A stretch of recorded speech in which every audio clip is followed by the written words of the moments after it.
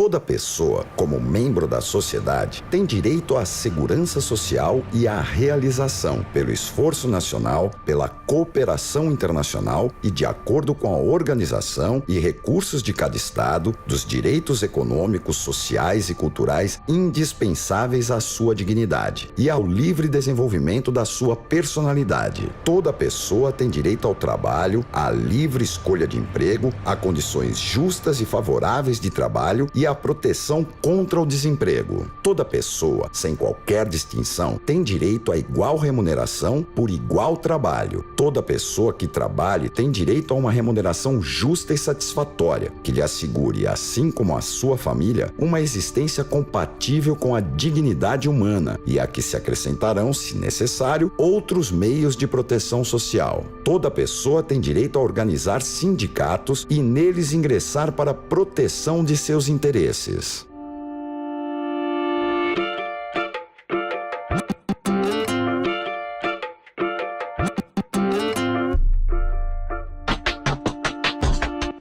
Qualquer instituição voltada para esse campo tem que trabalhar numa perspectiva educativa. Eu não posso simplesmente só prover, só dar, só permitir que as pessoas tenham. Trata-se de construir uma autonomia. E aí entra essa questão da dignidade. Nós não fornecemos bens, nós estabelecemos uma linha de serviços que provoca na pessoa a sua reação, a construção da sua vida, a sua autonomia, a sua busca. Essa educação para a autonomia é um passo além da questão da educação pura e simples.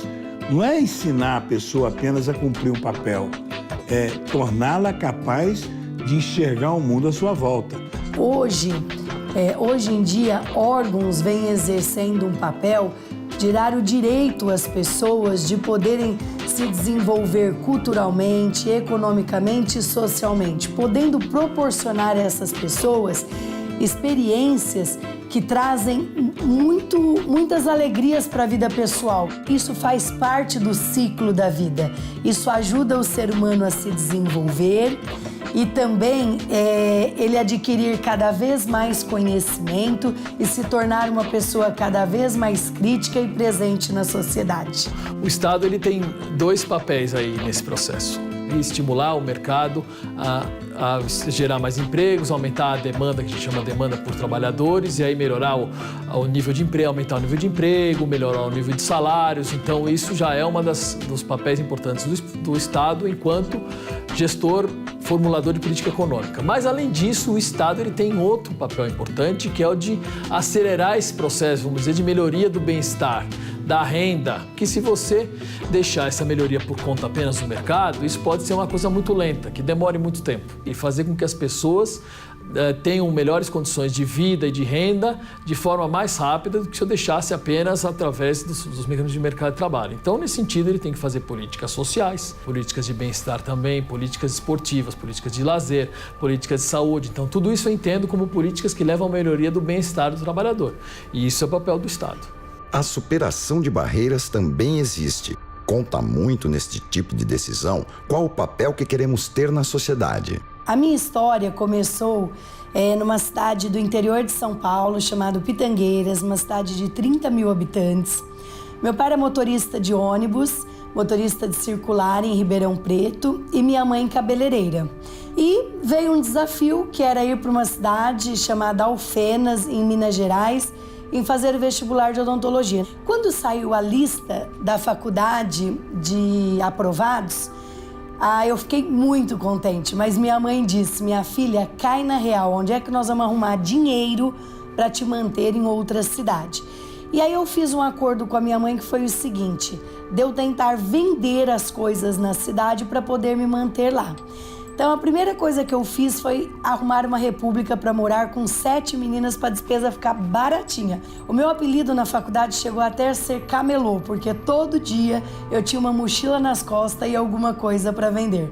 Os professores também compravam de mim para me ajudar e com isso eu venci o primeiro desafio, que foi me formar. Mas a faculdade que eu estudei, ela me deu uma lição de vida muito grande. Nós éramos obrigados a fazer um estágio nas fazendas e nos sítios e ir atender as pessoas carentes gratuitamente. Este estágio durava 3 meses do ano, mas eu ia o ano todo. Por que motivo? Porque aquilo me fazia muito bem como ser humano. Todos nós, sempre com 8, 9 anos, nós nos imaginamos como adultos com funções, ou como médico, engenheiro, com uma série de atividades que faz parte, não é, da vida que nós estamos junto com a nossa família naquele momento vivendo. Mas, infelizmente, a realidade é outra, infelizmente. Aí nós percebemos, né, que muitas vezes naquelas famílias onde tem pedreiros, marceneiros, todos, para mim, todas as funções são importantes. E aquelas pessoas que têm aquele sonho infelizmente, vão sumindo. Porque a realidade vai obrigar as pessoas a buscar a alternativa que está à disposição para que ele possa viver. Quando nós temos informações e como nós temos uma educação que nos capacite e nos dá uma percepção do mundo que vivemos, aí sim vai nos abrir espaços para aqueles sonhos que tínhamos na nossa infância serem concretizados. Porque se não houver essa possibilidade da pessoa estar efetivamente nos bancos escolares aprendendo, compreendendo o que está acontecendo, essa situação da escolha, dessa liberdade, para mim vai ser sempre uma utopia. Ser engenheira civil é uma vontade que eu tenho desde criança. Acho que por ver programas de televisão, eu sempre tinha o costume, quando minha mãe ia reformar, meu pai, eu ia na loja de construção com eles, eu pegava aquelas revistas que tem na loja, eu ficava lendo, eu achava interessante, eu via muita coisa de casa. Acho que isso foi plantando em mim o interesse de fazer engenharia ou arquitetura. Poder escolher um trabalho significa liberdade.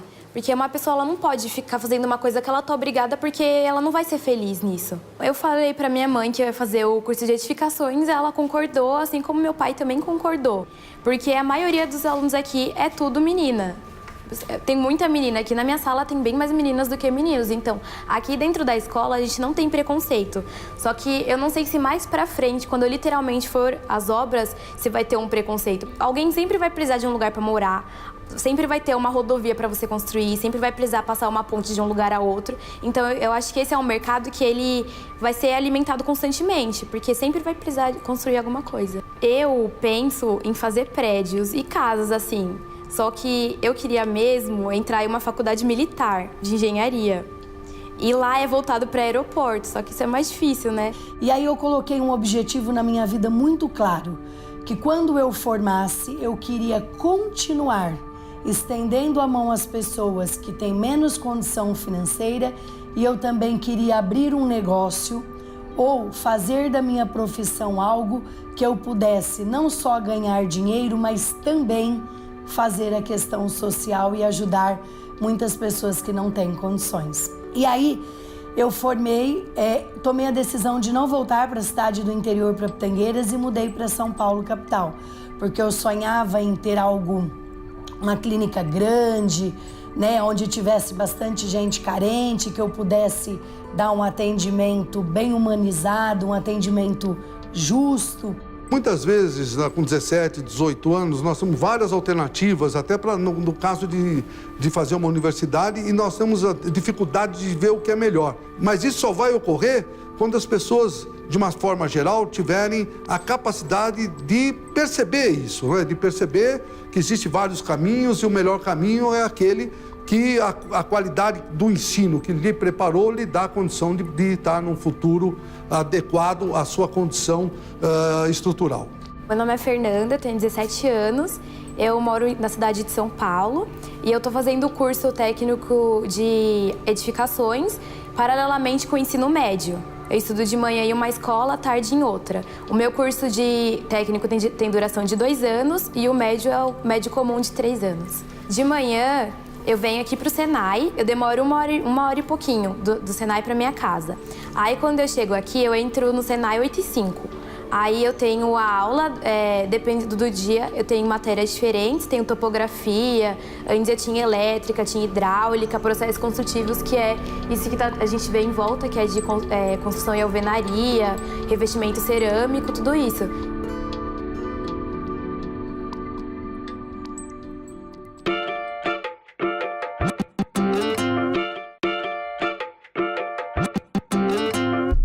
indivíduo ele tem direito de participar da vida, todos os aspectos da vida, econômica, social, política, religiosa, enfim, tudo que envolve a vida, o indivíduo tem direito de participar, sempre de maneira digna, conforme o fundamento, digamos assim, dessa Declaração Universal dos Direitos Humanos. A remuneração adequada, condições de trabalho adequadas, adequadas e, sobretudo, a satisfação e o reconhecimento da integração no seu ambiente. No caso do brasileiro, ele tem uma legislação que, de certa forma, protege ele em diversos sentidos, né? Que é uma legislação que é data da década de 40, mas que ela foi sendo atualizada ao longo do tempo, que é a CLT, acho que todo mundo conhece a Organização das Leis do Trabalho.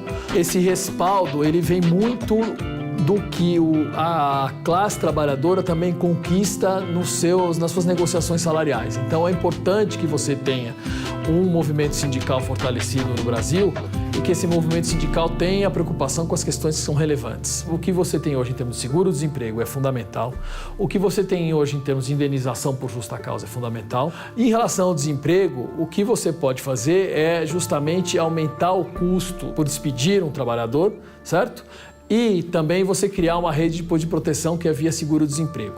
E essa rede de proteção via seguro-desemprego tem que se estender à questão da saúde, à questão da educação, quer dizer, o acesso aos outros serviços que a empresa garantia e que deixaram de garantir quando o trabalhador é desligado. Então, acho que são duas grandes vertentes que têm que ocorrer em relação à proteção para o trabalho e o Brasil também caminha razoavelmente nessa linha. Em março de 1857, as mulheres, de forma aguerrida, elas conseguiram demonstrar com muita força o que era de importante para elas como trabalhadoras. Mas os empresários, então, insatisfeitos com essa atividade, que é a semente de uma atividade sindical, simplesmente fecharam a indústria têxtil e puseram fogo e dezenas de mulheres morreram queimadas. Isso tem um significado até hoje para todos nós, primeiro por ter acontecido com as mulheres e segundo por conta do próprio direitos humanos. Mas no que tange, na realidade de hoje, as mulheres ainda continuam sendo discriminadas, continuam. Então o movimento sindical e a estrutura que nós instrumentalizamos é vocacionada exatamente para cada vez mais diminuir essa discrepância. O que ocorre ainda hoje é salários menores para a mesma função, quando se tem dispensas, a primeira pessoa a ser dispensada entre homem e mulher é uma mulher. Então tem várias questões que ainda ocorrem contra a mulher. De qualquer forma, o movimento sindical atual tem se disponibilizado muito para acabar definitivamente com essa questão. Um exemplo mesmo é a construção civil. A maioria é homem. Só que isso é uma coisa que hoje em dia está mudando. Tem muita mulher no meio disso e eu sou uma delas e eu fico orgulhosa por isso. Lá na escola, eles brincam bastante me chamando de pedreira. Não, vai pra sua escola, vai lá pra sua outra escola fazer argamassa, não sei o quê. Ó, você tá toda suja, minha roupa tá limpa. Eles, nossa, tem cimento no seu pé. Aí eu fico assim, esses palhaços. Tanto o homem como a mulher são detentores dos mesmos direitos estabelecidos na Declaração Universal dos Direitos Humanos. E, embora isto seja óbvio, ainda há muita luta para o total cumprimento deste pressuposto. Além do Estado, o empresário, o empreendedor tem deveres e pode dar o exemplo. A presença da mulher no mercado de trabalho, ela vem aumentando gradualmente. Isso é muito bom, pois a mulher é importante para a autoestima dela, ela ter a independência dela financeira, ela poder contribuir com a família, mas não é fácil. Eu não vejo, na minha opinião, nenhuma diferença entre a mulher e o homem trabalhando. Então, a mulher não só deve, não só pode, como deve ser remunerada como um homem. Existem mulheres que são tão perfeccionistas e tão eficientes naquilo que elas fazem, que às vezes elas desenvolvem com muito mais precisão um trabalho que um homem faria. Eu acredito que a gravidez não atrapalha a vida de ninguém, Quando ela quando ela é uma colaboradora, ela tem os seus direitos muito bem definidos para poder ter aquele tempo para reorganizar a sua vida e poder dar assistência ao seu filho para retornar ao mercado de trabalho. E quando ela é empresário, como por exemplo no meu caso, a gente acaba montando uma estrutura por trás para conseguir retornar com menos tempo de trabalho. A mãe que não tem essa estrutura, ela precisa sim usufruir dos seus direitos, né, de poder ter esse período que ela tem por lei de poder ficar em casa e se reorganizar para poder voltar, mas aí existe um papel, que esse papel é do Estado, que é poder dar esse suporte a esta mãe.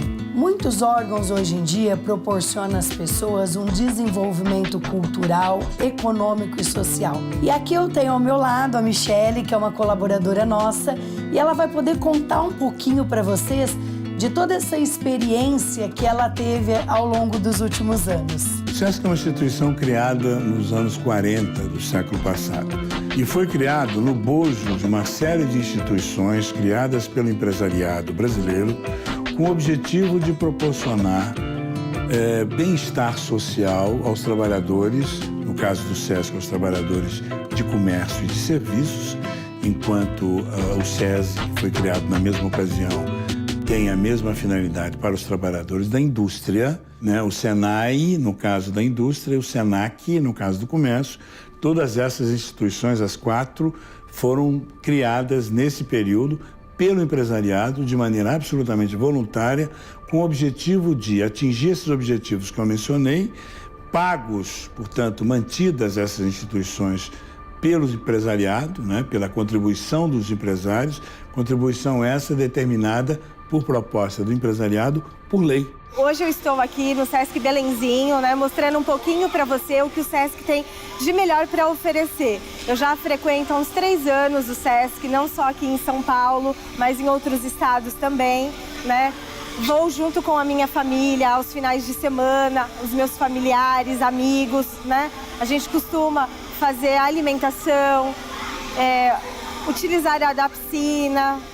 Se constitui numa série de ações de caráter, digamos, pública, de caráter público, de caráter aberto, de caráter universal, voltado para saúde, educação, cultura, lazer, esporte inclusivo, atenção com a terceira idade, com a criança, com alimentação sadia, com trabalho físico e esportivo adequado. Tudo isso faz parte de um programa de bem-estar social.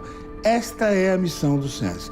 É bem interessante ter esse espaço para a gente descontrair um pouco, para relaxar um pouco, porque durante o dia a dia já é tão conturbado, tantos problemas, né, resolvendo algumas coisas. Então a gente vem para cá e é o momento da gente relaxar mesmo. Eu trabalho numa empresa, né, que é na área do comércio. Então eu pesquisei, porque eu trabalho na área de recursos humanos. Então eu fui ver benefícios para os funcionários. Então eu entrei no site do SESC, verifiquei como seria para fazer a associação. Eu entrei em contato com o SESC, eles me passaram todas as orientações, né? E aí a gente trouxe a documentação para fazer a carteirinha do SESC. Então nós temos que, de alguma forma, dar resposta aos trabalhadores dessa solicitação proveniente do todo o sistema. Recebemos recursos e temos que retribuir através de ação efetiva. Bem interessante, ele é bem amplo, eu acho que ele tem uma ótima infraestrutura, né? Para a família, né? Principalmente aos finais de semana, que vem os pais, os filhos, amigos. Vocês moram aqui próximos? Vocês costumam vir até o SESC? Sim, a gente vem sim. Até porque a gente mora aqui na Moca. Só ela que não, ela mora em Cotia. Mogi das Cruzes. Desculpa, Mogi das Cruzes. Eu moro em Mogi das Cruzes e lá não tem SESC, né? Uma cidade bem grande, mas não tem. E eu costumo vir aqui pelas minhas amigas frequentarem aqui. Eu venho aqui no SESC Belenzinho desde que ele inaugurou também, né?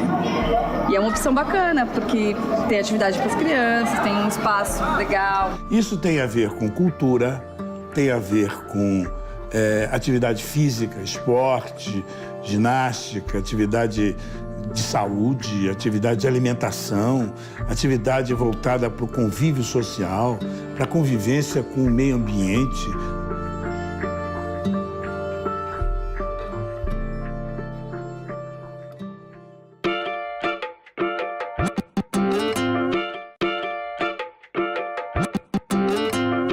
quando teve a Segunda Guerra Mundial, que teve toda aquela história do nazismo, foi criada a ONU e aí eles repararam que, devido àquele absurdo, tinha que ter um documento que falasse dos direitos que cada pessoa tem que ter. Aí foi criada a ONU e eles fizeram a declaração que eles dão os direitos para pessoas independentes de raça, de religião, cor da pele. Pensar, refletir, qual o seu papel como chefe de família, como trabalhador, como membro de uma sociedade, como membro de um grupo social, político, religioso, não importa.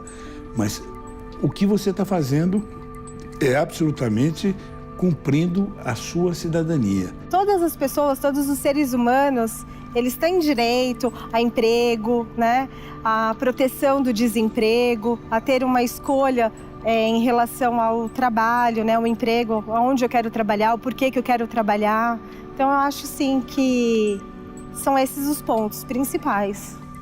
Um dos fatores que o Estado sempre tem que se preocupar é exatamente buscar alternativas para termos o pleno emprego, que esse é o ideal em qualquer sociedade.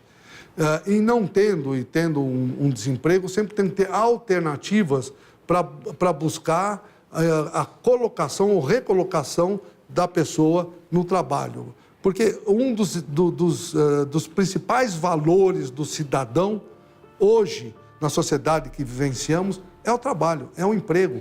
A autoestima está ligada exatamente à possibilidade da pessoa se sentir produtiva, se sentir útil.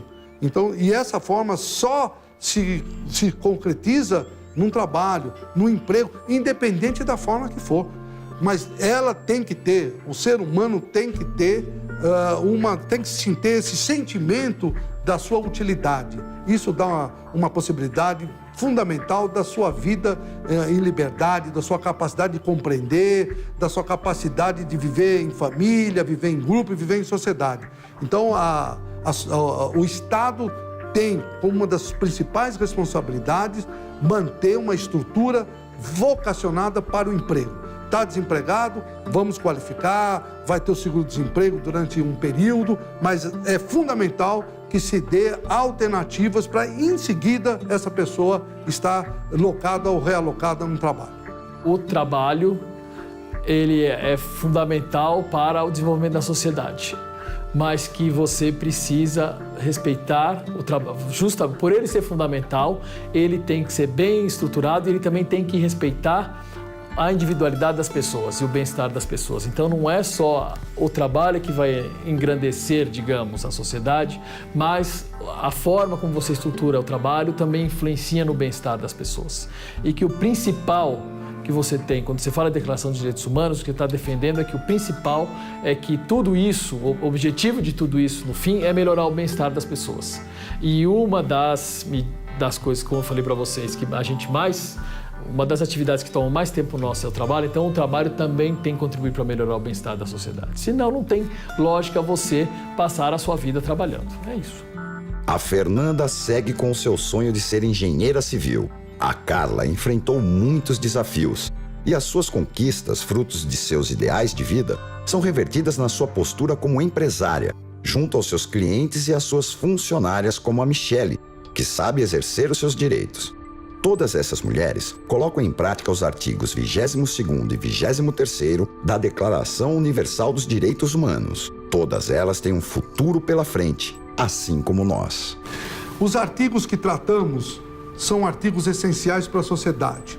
E para o movimento sindical são muito caros, porque nós perseguimos hoje, a cada instante, a cada momento, direcionamos sindicatos, militantes, dirigentes e trabalhadores para termos uma sociedade justa, uma sociedade digna, uma sociedade cidadã. Essas questões são princípios fundamentais da nossa estrutura e do caminho que nós devemos desenvolver para termos um país cidadão. Eu acho que todas as pessoas, né, na sociedade, elas precisam de uma forma digna, né, para elas poderem, para a sobrevivência dela, saúde, educação, moradia, alimentação. Eu acho que esses são os pontos importantes, até mesmo para o próprio desenvolvimento humano.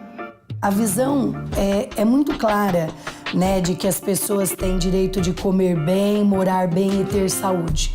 Mas para que ela tenha isso, ela precisa ter um pilar anterior a esse, que é a educação. Para mim, a essência está na educação.